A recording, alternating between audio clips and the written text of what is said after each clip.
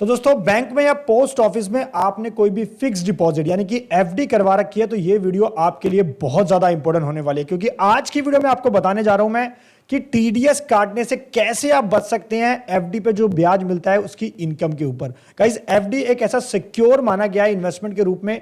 हमारे बड़े बूढ़े भी ज्यादातर जो पैसा इन्वेस्ट करते थे वो एफडी के अंदर करते थे, फिक्स डिपॉजिट। तो एफडी में अगर आपने इन्वेस्टमेंट कर रखेगा तो वीडियो को पूरा जरूर देखें, क्योंकि मैं बताने वाला हूं कुछ ऐसे टेक्निक, कुछ ऐसे मेथड जिनसे आप अपने लाखों रुपए सेव कर सकते हो, जिससे आपका कोई भी टैक्स नहीं काटा जाएगा बैंक और पोस्ट ऑफिस के द्वारा एफडी के इनकम के ऊपर।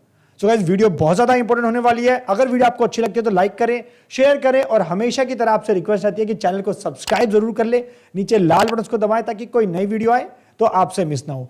टेलीग्राम चैनल पर जरूर ज्वाइन कर सकते हैं, लिंक आपको डिस्क्रिप्शन में मिल जाएगा, क्लिक करके ज्वाइन कर लेना। सो गाइस वीडियो में आगे बढ़ने से पहले कुछ ऐसी बेसिक चीजें जिनको समझ लेते हैं। जैसे हम टीडीएस की बात कर रहे हैं यानी कि टैक्स डिडक्टेड एट सोर्स, ये एक तरह का एडवांस टैक्स होता है जो आपके कोई भी इनकम होती है उसके ऊपर लिया जाता है। सो कहां पे गाइस, जब भी आप कोई इनकम ले रहे हैं यानी कि आपको कोई इनकम रिसीव हो रही है, कोई भी पेमेंट आपको रिसीव हो रही है, तो जो पर्सन आपको पेमेंट कर रहा है एज अ इनकम पे कर रहा है, एज अ पेमेंट कर रहा है, तो उसकी लायबिलिटी होती है कि वो कुछ एक सर्टेन परसेंटेज का ना टीडीएस काट ले, यानी कि एक तरह से एडवांस टैक्स आपसे चार्ज कर ले। बेसिकली आप में जो आपको अमाउंट पे कर रहा है उसी में से वो टीडीएस काट ले और उस पैसे को वो गवर्नमेंट को जमा करा दे आपके पैन पर। गाइस ये आपने ध्यान रखना है कि एक लिमिट के बाद टीडीएस काटा जाता है, यानी कि कुछ ऐसी थ्रेशोल्ड की लिमिट है जिस लिमिट के बाद अगर आप पे करते हो किसी को तो उसके ऊपर आपका टीडीएस काटा जाएगा। इसके लिए मैंने एक डिटेल वीडियो बना रखी है, आप ये वीडियो रेफर कर सकते हैं, जिसके रूल जो है 1 अप्रैल 25 से एप्लीकेबल हो चुके हैं। नाउ बात करते हैं फिक्स डिपॉजिट की इनकम के बारे में। गाइस देखिए एफडी आपने करा रखी है तो जो भी उससे आपको पैसा आपने जो भी इन्वेस्ट कर रखा है, बेसिकली उससे आपको जो पैसा अर्न होता है वो क्या होता है, ब्याज के रूप में इनकम आती है।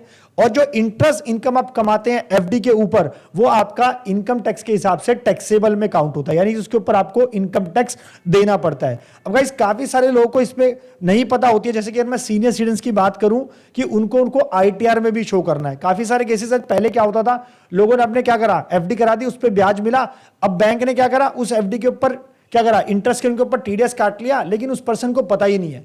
जैसे सीनियर सिटीजन हो गए तो वो क्या करते थे, उनको आईटीआर में शो ही नहीं करते थे, जिसकी वजह से उनका नुकसान होता था। लेकिन गाइस ये ध्यान रखें, अगर आपको एफडी की इंटरेस्ट की इनकम हो रही है तो ये आपकी टैक्सेबल होती है इनकम टैक्स लॉ के हिसाब से, और इसको आईटीआर में शो करना जरूरी है। अब इसके लिए आपको कैसे पता लगेगा कि आपका टीडीएस काटा है कि नहीं काटा बैंक या पोस्ट ऑफिस ने, तो गाइस उसके लिए आप फॉर्म 26AS AIS TIS का फॉर्म जाके चेक कर सकते हैं इनकम टैक्स के पोर्टल पर। अब मैं बात करता हूं टैक्स ऑन एफडी, यानी कि फिक्स डिपॉजिट के ऊपर जो ब्याज आपको मिल रहा है उसके ऊपर जो टैक्स लगता है। गाइस देखिए जैसे मैंने बताया फिक्स डिपॉजिट इंटरेस्ट आपका टैक्सेबल होता है, और किस रेट से टैक्सेबल होता है, ये आपका स्लैब रेट की जो इनकम हो, स्लैब रेट आपके जो एप्लीकेबल होते हैं उससे आपका टैक्सेबल होता है। अब डिपेंड करता है कि आपकी ओवरऑल आपकी इनकम कितनी है, यानी कि आपके ऊपर 0% भी टैक्स लग सकता है स्लैब रेट के हिसाब से और 30% भी लग सकता है। मतलब कैसे, मान लो अगर आपकी टोटल इनकम जो है साल की वो बेसिक एग्जम्पशन लिमिट से कम आ रही है, जिसके अंदर आपका ब्याज भी जुड़ा हुआ है एफडी का, 3 लाख से कम है मान लेते हैं, या 2.5 लाख से कम है तो मान लेते हैं उसके इसमें आपका कितना होगा, 0 टैक्स लगेगा। लेकिन एक कैटेगरी है आपकी टोटल इनकम मान लेते हैं 30 लाख से ज्यादा की है साल की, तो वहां पर आप 30% के स्लैब रेट में आ गए तो अकॉर्डिंगली आपको 30% के हिसाब से टैक्स देना पड़ेगा। अब बात कर लेते हैं टीडीएस के बाद। गाइस टीडीएस हमारा जो लगता है किस पे, एफडी पे जो आपको ब्याज मिल रहा है उस केस में, अगर आप एक नॉर्मल पर्सन है। अब यहां पे नॉर्मल पर्सन का मतलब क्या हुआ कि आपकी एज जो है 60 साल से कम है। अब 1 अप्रैल 2025 से गाइस जो टोटल इंटरेस्ट अमाउंट अगर आपको मिलता है एफडी पे, आप जो आपने एफडी करा रखी है उस पे आपको टोटल ब्याज मिलता है 50,000 से ज्यादा का, तो बैंक और पोस्ट ऑफिस जहां पे आपने अपनी एफडी करा रखी है, जो भी आपको पे कर रहा है, क्या इंटरेस्ट आपको पे कर रहा है, तो वहां पर वो टीडीएस काट लेगा 10% सेक्शन 194A के हिसाब से। गाइस ये लिमिट जो है 50,000 हो गई है, पहले ये लिमिट 40,000 होती थी 31 मार्च 2025 तक की मैं बात करूं, क्योंकि ये नई लिमिट जो 50,000 वाली है ये 1 अप्रैल 2025 से एप्लीकेबल हो चुकी है। इसका मतलब इसके बाद अगर बैंक आपको ब्याज दे रहा है 70,000 ब्याज दे रहा है तो उसके 70 के ऊपर पूरा का पूरा टीडीएस काट लेगा 10% के हिसाब से। अब अगर आपका पैन नंबर आप नहीं देते हो बैंक को या पोस्ट ऑफिस को तो गाइस वहां पर टीडीएस आपका 20% काटा जाएगा, तो ये भी आपने बात ध्यान रखनी है। नेक्स्ट अगर टीडीएस की हम बात करें सीनियर सिटीजन के केस में, सीनियर सिटीजन दोस्तों मतलब यहाँ पे अगर आपकी एज 60 साल से ज्यादा होती है तो अगेन 1 अप्रैल 25 से गाइस अगर आपको टोटल ब्याज मिल रहा है किसी भी बैंक या पोस्ट ऑफिस से 1 लाख रुपए से ज्यादा का पूरे साल भर में, तो वो बैंक और जो पोस्ट ऑफिस है आपका यहाँ पे टीडीएस काटेगा 10%। अगेन सेक्शन 194A के हिसाब से ये जो दोस्तों लिमिट थी सीनियर सिटीजन के केस में 31 मार्च 25 तक ये 50,000 थी, जिसको गवर्नमेंट ने बजट 25 में बढ़ाकर 1 लाख कर दिया है, जो कि आपका 1 अप्रैल 2025 से एप्लीकेबल हो चुकी है। और अगर आप पैन नंबर नहीं देते हो तो वहां पर आपका टीडीएस कटेगा कितना, 20%। एग्जाम्पल हम ले लेते हैं, यहाँ पे मान लेते हैं आपकी एक एफडी है पीएनबी बैंक में और आपकी एज जो है 60 साल से कम है। अब इंटरेस्ट इनकम आपकी जो एफडी पे आ रही है मान लेते हैं 70,000 पे आ रही है साल की, तो बैंक यहां पर आपका टीडीएस काटेगा 10%, यानी कि इतना हुआ 70,000 का 10%, 7,000 रुपए। अब ये 7,000 पे बैंक क्या करेगा, ये गवर्नमेंट को डिपॉजिट करा देगा बैंक आपके पेन नंबर पर, एज अ टीडीएस जमा करा देगा।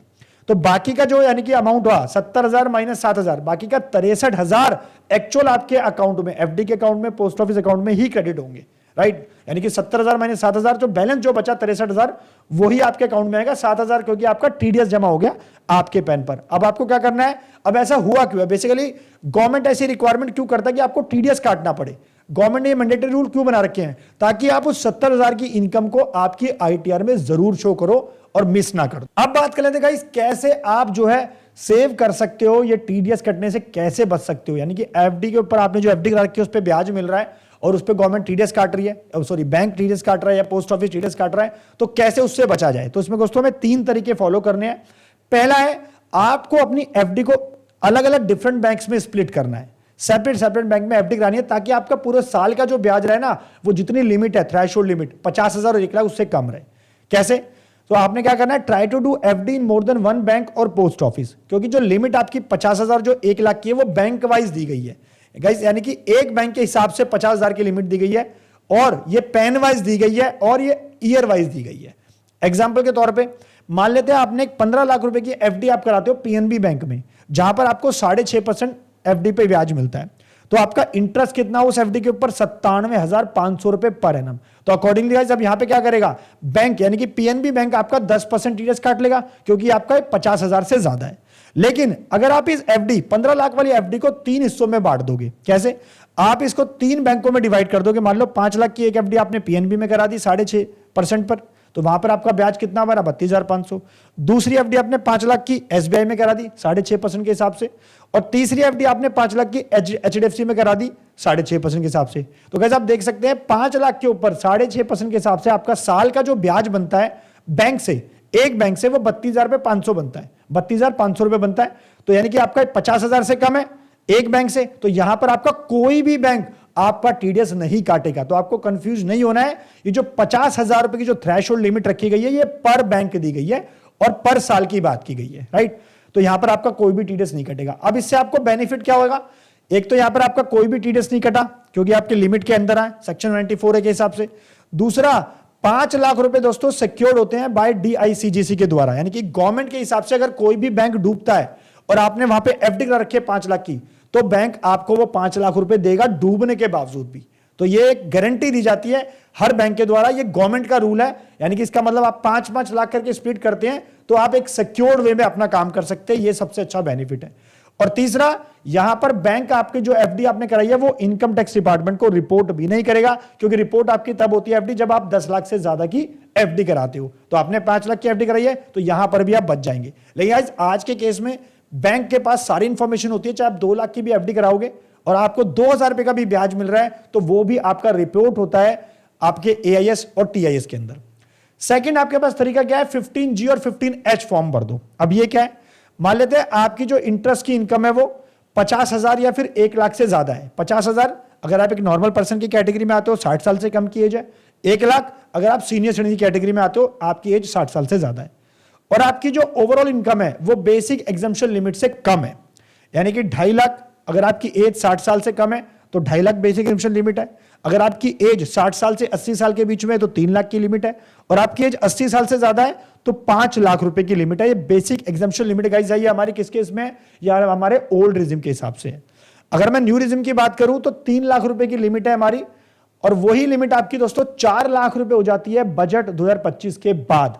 यानी कि 3 लाख रुपए आपकी होती है पिछले साल 31 मार्च 2025, यानी कि फाइनेंशियल ईयर 24-25 तक अगर आपकी 3 लाख रुपए तक की इनकम है न्यू टैक्स रिजिम में, तो वहां पर आपको आईटीआर फाइल करने की कोई आवश्यकता नहीं है, क्योंकि बेसिक एग्जम्पशन लिमिट से अगर आपकी टोटल इनकम कम रहती है तो आईटीआर फाइल करना आपके लिए जरूरी नहीं है।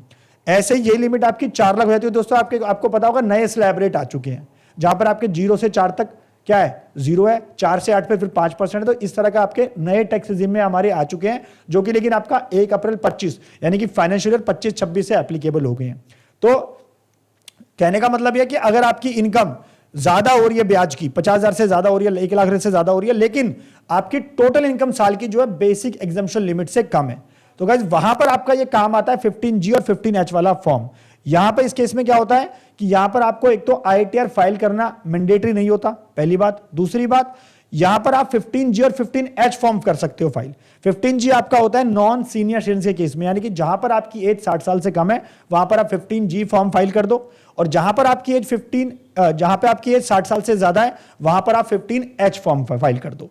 सो गाइज इस फॉर्म को फाइल करके बेसिकली हम बैंक से रिक्वेस्ट करते हैं कि भाई देखो हमारी जो टोटल इनकम है साल की, वो हमारी इनकम बेसिक एग्जम्पशन लिमिट से कम है, तो आप क्या करो हमारा TDS मत काटो। तो इस फॉर्म के जरिए हम बैंक को रिक्वेस्ट करते हैं, फाइल करके फॉर्म को सबमिट करते हैं, बैंक को डिक्लेरेशन देते हैं उसके अंदर कि आप हमारी ITR आप हमारा TDS ना काटें, क्योंकि हमारी टोटल इनकम जो बेसिक एग्जम्पशन लिमिट है उससे कम है।